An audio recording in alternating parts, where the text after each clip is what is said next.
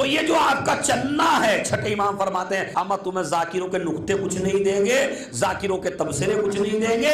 آج کل ذاکری کے چکر میں نہ پڑو، بڑا اچھا لفظ بولا مولانا نے، اما ناقص آدمی ناقص کیا دے سکتا ہے کسی کو؟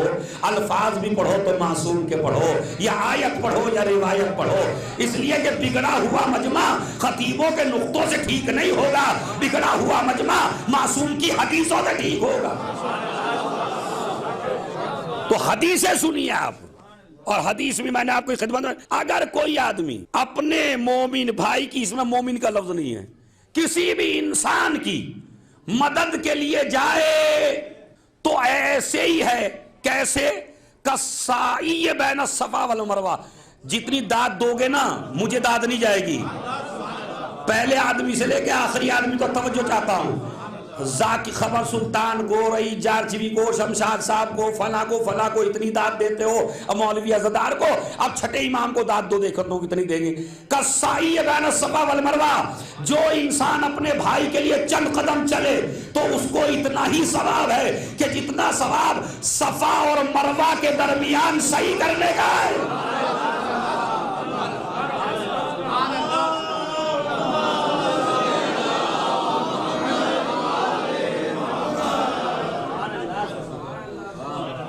خدا کی قسم یہ منبر لفاظی کی جگہ بن گیا ہے، لفظوں پہ داد مل رہی ہے، بس وہ چھانٹ چھانٹ کے لفظ لا رہے ہیں، چسنی آپ کو دے رہے ہیں، آپ چسنی چوس رہے ہیں، اس لیے مجلسوں کا فائدہ نہیں ہے۔ ایک حدیث یاد کر کے جائیے، ہندو کی مدد کریے، سکھ کی مدد کریے، عیسائی کی مدد کریے، یہودی کی مدد کریے، دہریے کی مدد کریے، یتیم کی مدد کریے، غیر یتیم کریے، خدا کی قسم دنیا کا ہر مذہب، اور اسلام میں فرق یہی ہے کہ دنیا کا ہر مذہب جب کوئی بات کہتا ہے تو اپنے مذہب کے مفاد میں کہتا ہے، اسلام کے لیڈر وہ لیڈر ہیں جب بھی کوئی بات کرتے ہیں مذہب کے مفاد میں نہیں کرتے، انسانیت کے مفاد میں بولتے ہیں۔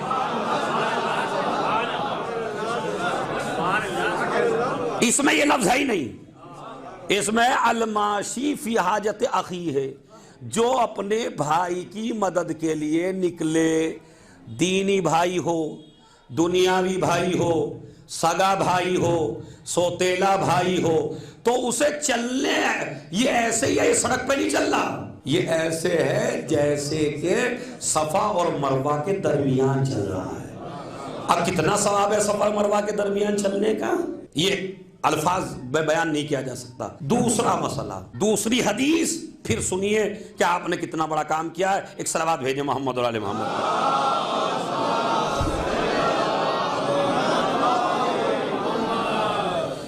عن الامام الصادق علیہ الصلوۃ والسلام،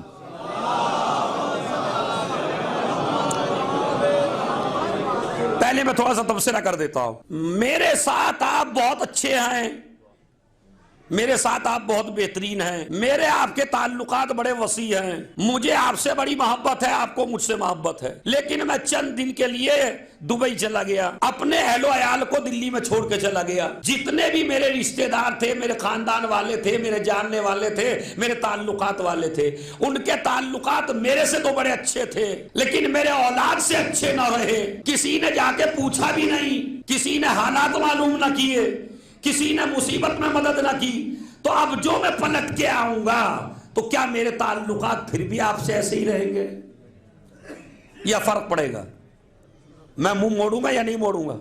ارے یہ تو یار منہ کا آدمی ہے، جب تک میں سامنے رہا تو بڑی وہ، جیسے ہی میں غائب ہوا، تو اس کا مطلب یہ ہے اگر آپ کسی شخصیت سے بڑا پیار بھی کرتے ہو لیکن اس کی اولاد سے محبت نہ ہو تو وہ بھی منہ موڑ لیتا ہے۔ یہی مسئلہ ہے رسول کا، نعت رسول پڑھتے رہیے، مسجدوں میں قصیدے پڑھتے رہیے، جنت میں جب آپ محشر میں پہنچیں گے اور یہ کہیں گے رسول اللہ ہم نے تو آپ کے بڑے قصیدے پڑھے تھے، نبی منہ موڑ کے کہیں گے جو میری اولاد کا نہ ہو سکا۔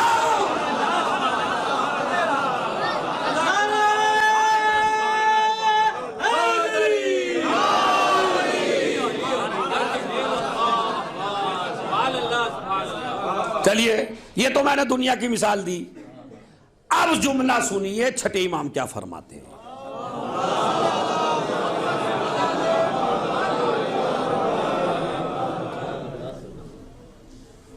امام فرماتے ہیں قال اللہ عز وجل،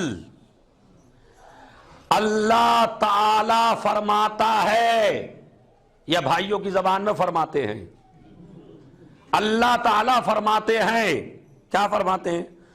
الخلق عیالی، یہ جو پوری مخلوق ہے یہ میری عیال ہے۔ ارے بھائی خدا کی قسم کیا جملہ میرے باہر نے کہا۔ امام فرماتے ہیں اللہ نے کہا یہ جو پوری مخلوق ہے یہ میری عیال ہے، لہذا میری عیال کے ساتھ لطف و کرم کرو، میری عیال سے محبت کرو، میری عیال سے نفرت نہ کرو۔ اگر بندہ اپنی عیال کے ساتھ برا ہوتے ہوئے دیکھے تو اگر بندہ منہ پھیر لیتا ہے تو اگر آپ کسی مخلوق کے ساتھ برا کریں گے تو کہیں خالق منہ نہ پھیر لے۔ ان کی حاجت نہ کرو اس لیے کہ یہ میری عیال ہے۔ اسی لیے جب جناب آدم چلنے لگے تو جناب آدم سے کہا اے آدم تم جا تو رہے ہو دنیا میں، لیکن اے آدم ایک بات کا خیال رکھنا، اگر میں خدا کبھی تیرے دروازے پر لباس مانگنے کے لیے آ جاؤں تو کیا تم مجھے لباس دو گے؟ اور جناب آدم حیران جیسے آپ حیران۔ اللہ نے کہا اچھا دوسری سنو، اگر مجھے کبھی بھوک لگنے لگے اور میں بھوکا تمہارے دروازے پہ آؤں تو کیا مجھے کھانا کھلاؤ گے؟ جناب آدم اور حیران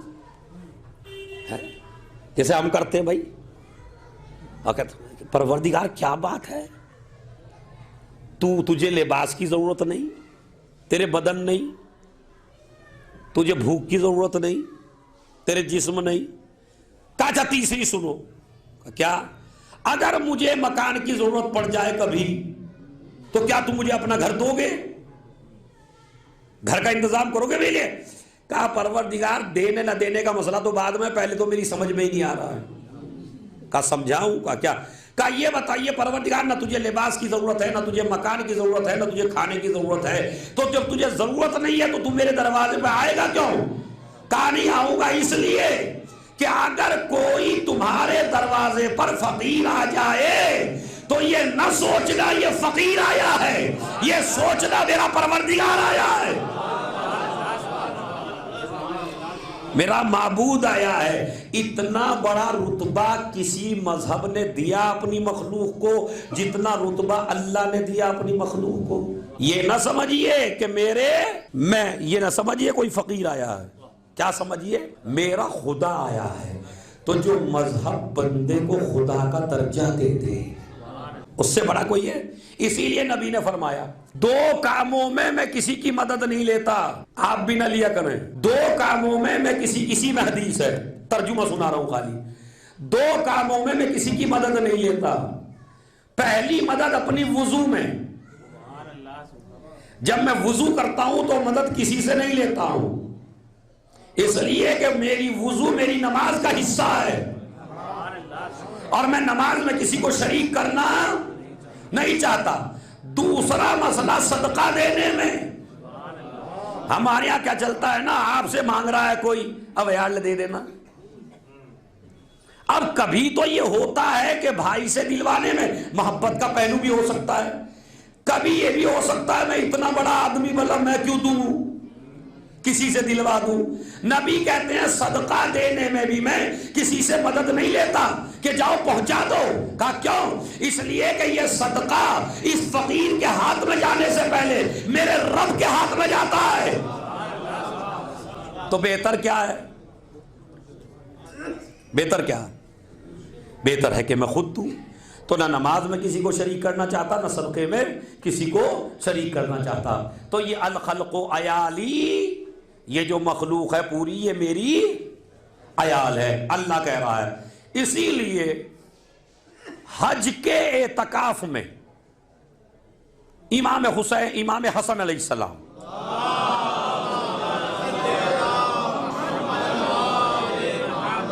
پھر وہ حدیث سناتا ہوں، اعتکاف کر رہے اور طواف میں مصروف ہیں اور ایک آدمی پہنچا امام حسن کے پاس طواف کرتے ہوئے. امام طواف کر رہے ہیں کعبے کا.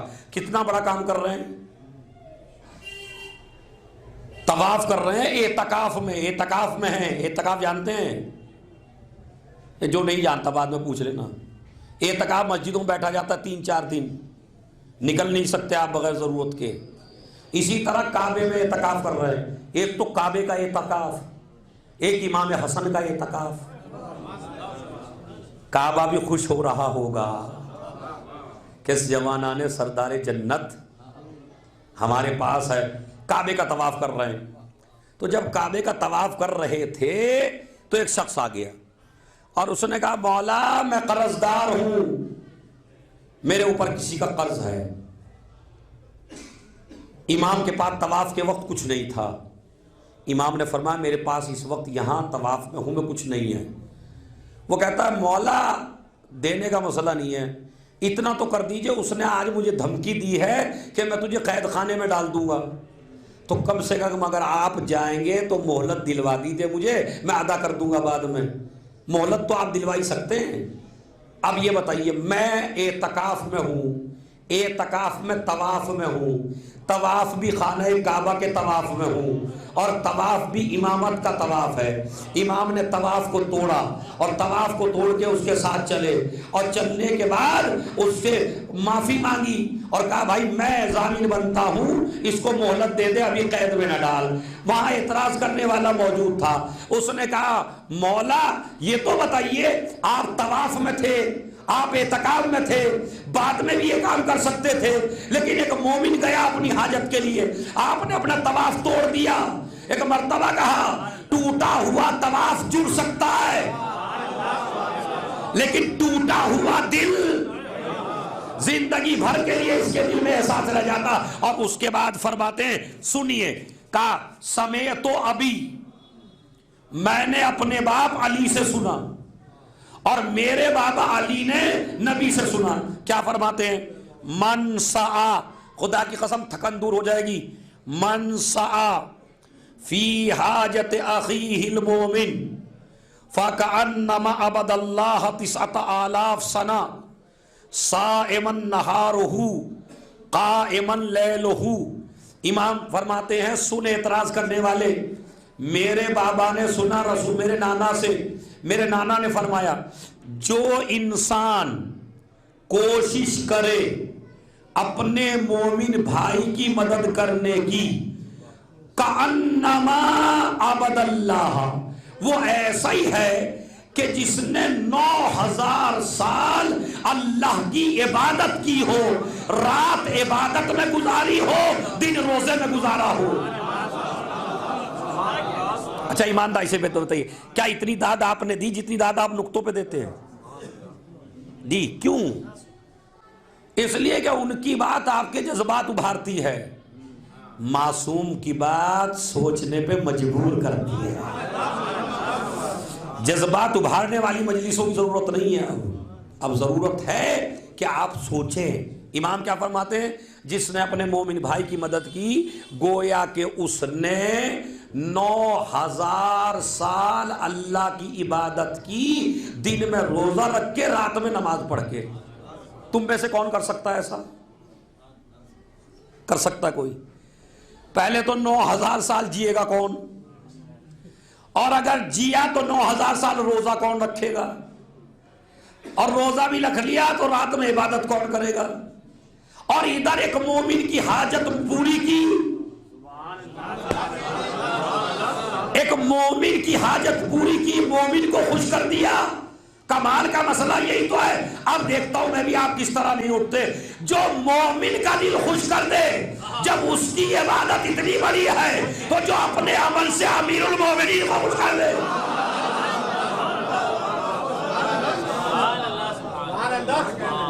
اس کو کتنا ثواب ہوگا, اس کو کتنا اجر ہوگا, اس کو کتنی اللہ کی طرف سے عبادتوں کا ثواب ملے گا. اس کے بعد سنیے, مدد کا مطلب عمومی طور پر ہم یہی سمجھتے ہیں کہ پیسے دے دینا. یہاں آ کے سب آدمی پیچھے ہٹ جاتے ہیں.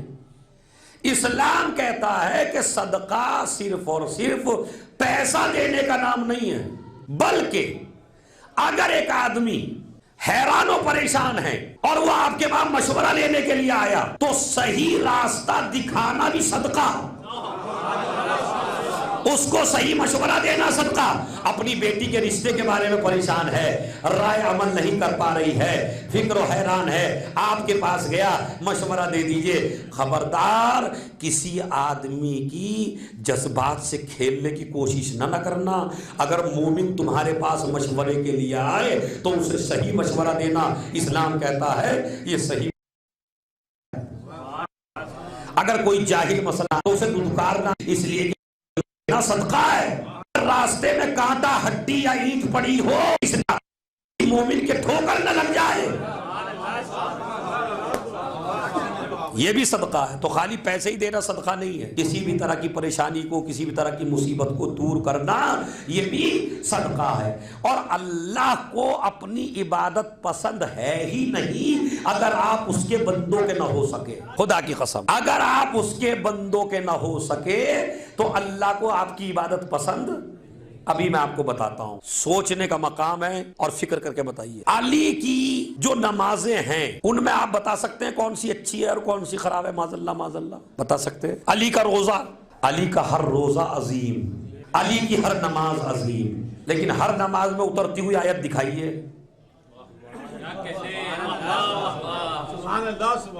نہیں، میرا جملہ نہیں پہنچا ابھی۔ علی نے خالی جتنی بھی نمازیں پڑھی ان نمازوں کا کوئی جواب ہے؟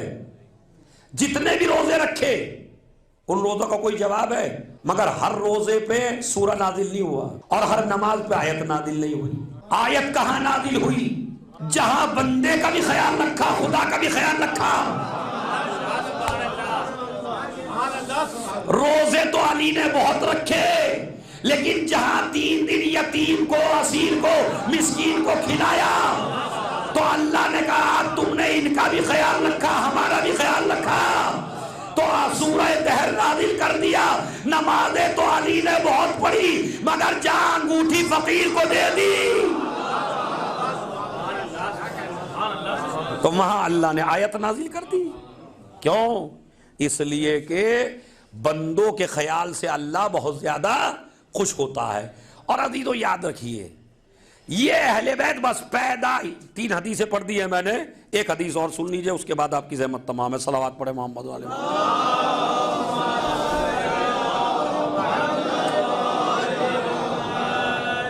عن رسول اللہ صلی اللہ علیہ وآلہ وسلم۔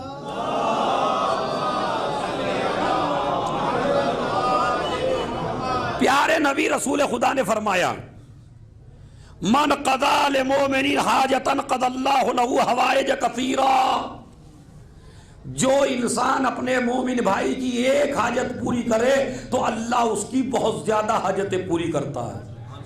ایک کے بدلے میں تم ایک کرو گے اللہ تمہاری زیادہ کرے گا۔ ادناہن الجنہ، اور ان حاجتوں میں سے سب سے چھوٹی حاجت یہ ہے کہ اللہ تمہیں جنت کا مستحق بنا دے گا۔ یعنی اور تو بڑی بڑی حاجتیں ہیں، سب سے چھوٹی حاجت کیا ہے؟